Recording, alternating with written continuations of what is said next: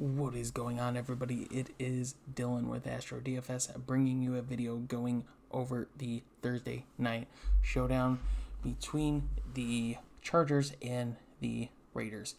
Last time, Chargers were the home team. Vegas was on the road. This time, Vegas is at home. Chargers are on the road. Vegas did end up taking the first game 31-26. Hit the over. And we didn't get to see Austin Ekeler that game. So that makes me like the Chargers a lot more this time. Although Chargers do have a couple key injuries defensively. I think this is Chargers game to take. Vegas really needs this game to stay in a potential playoff hunt. Chargers just need to win to try to keep Lynn's job. So it's definitely going to be a good game. It should be a decently scoring game, so just get right into it. We have 4 players above 10K for this showdown. Herbert being number 1 at 11.8, Keenan Allen 11, and Ekeler at 10.4, and then Derek Carr right at 10. So if you wanted to get the top 3 players from the Chargers, you're paying about $33,000 for just the 3 players. And then you have to factor in a captain spot, so you're not looking at a lot of salary over. I think Austin Ekeler is in a really good spot this game. Chargers were able to run the ball against Vegas last time they played them, and Ekeler has been on a pretty decent run since returning. So I have a lot of faith that he is going to get a good workload. Vegas is going to be without Henry Ruggs, so that means Darren Waller's volume goes up. Hopefully Aguilar plays better, and then Renfrow is going to be also in a bigger spot, and both defenses aren't the best against the pass. Josh Jacobs is going to have a decent shot against the Chargers in game 1. 65 yards on 14 carries, not bad. Did end up getting a rushing touchdown to go along with that, so he's still not my favorite, especially with how much they've been kind of using some of the other running backs, but I'll just get into it. So Herbert obviously is the better fantasy point quarterback, especially in this matchup. He's got a really, really good matchup against terrible Vegas defense. And not to say that Derek Carr doesn't have a great matchup either. He does. It's just they don't air it out as much as the Chargers do. Derek Carr is a very accurate quarterback. He just doesn't throw down the field. So Herbert does throw down the field. He gets those one-off passes to a different wide receiver. It seems like every time he's getting a 50-yard reception or something like that. But Herbert definitely is the higher upside on fantasy points for a quarterback. Keenan Allen, if he plays, is obviously the number 1 receiver, one of the best red zone receivers in the league, and a phenomenal matchup against Vegas. And like I said before, Austin Ekeler, if he is going to play, and I think he is. I think they've just kind of tried to rest their big guys, Williams, Ekeler, Allen. Ekeler's just been playing good. He gets a lot of targets. He gets a lot of receptions. And I think he's been getting a lot more receiving yards than he has rushing. Yeah, he has. And Vegas gives up a lot of touchdowns to similar running backs of Austin Ekeler. So that's why I like Austin Ekeler in this game. It's just the prices are going to be... You're going to have to find value somewhere to afford 2 of these 4 players, or maybe 3. Darren Waller at 9.4 doesn't give you that much of a pay difference either. He's in a phenomenal spot. I think this is a game where he exceeds, especially with Henry Ruggs. It just sets him up for a really good game script. First game, 5 receptions on 10 targets for 22 yards. I mean, yeah, he gets a touchdown to help him out, but in this game, the 10 targets, realistically, he's going to get 7 or 8 of those catches this game. I think Chargers are going to play around Waller, of trying to cover him and all that, but Chargers give up a lot of touchdowns and a lot of big yardage to tight ends, so that's why I love Darren Waller in this game. Josh Jacobs, pretty consistent running back this year, to say the least. He gets those really high games, gets the really low games, and it's been sitting for the most part around the same type of fantasy points, somewhere between 10 and 15. Like I said, you see a couple of the games lower, some games where he was banged up and couldn't do as much, and he's been sharing volume a little bit lately, so that's definitely a worry. Aguilar is obviously going to be the number one receiver for Vegas, not necessarily the number one target. They do have Darren Waller, but wide receiver he's going to be number one, and he does have quite a bit of a rough matchup. Mike Williams at 6,200, I think is a really good spot if you want to get off of Keenan Allen. Like I said, you're going to have to pick and choose between these 5 players of 2 or 3 if you can.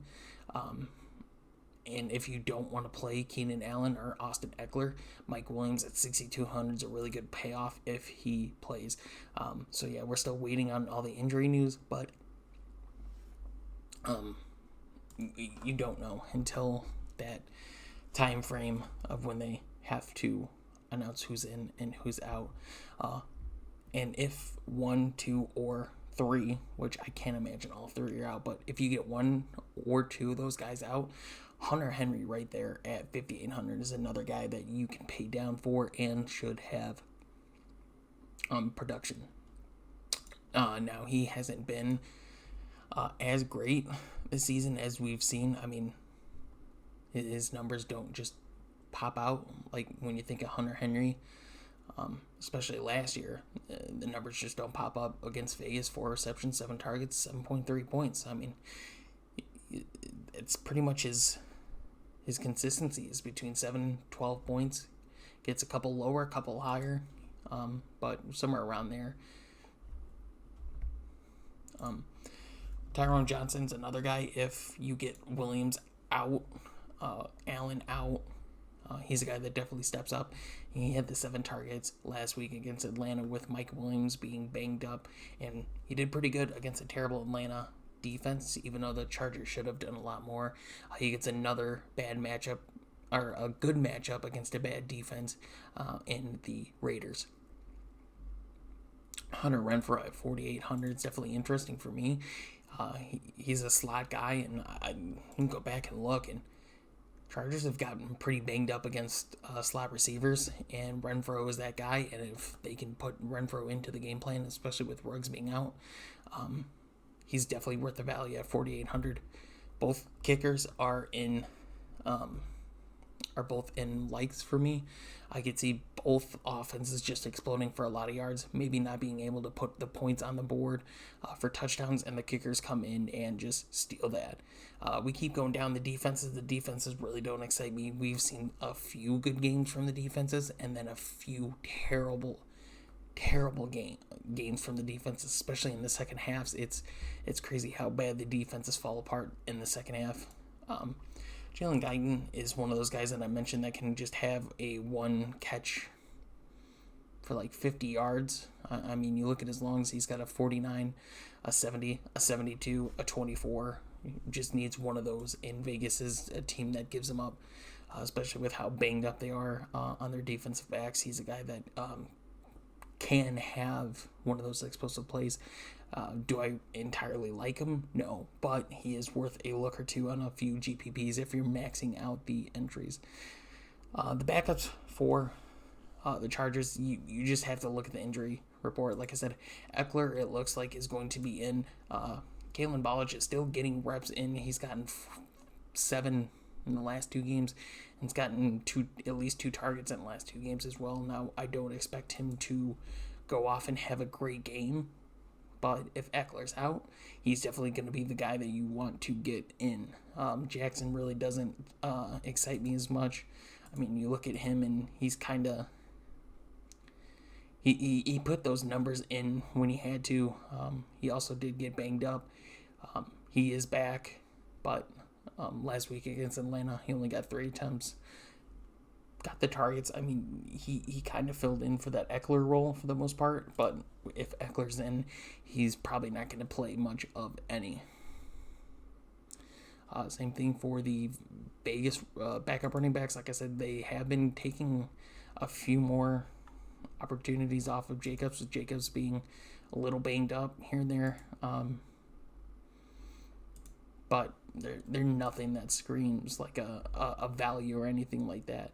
A player that does, Zay Jones at 800 now, I know he's not a guy that can have an explosive game and all that.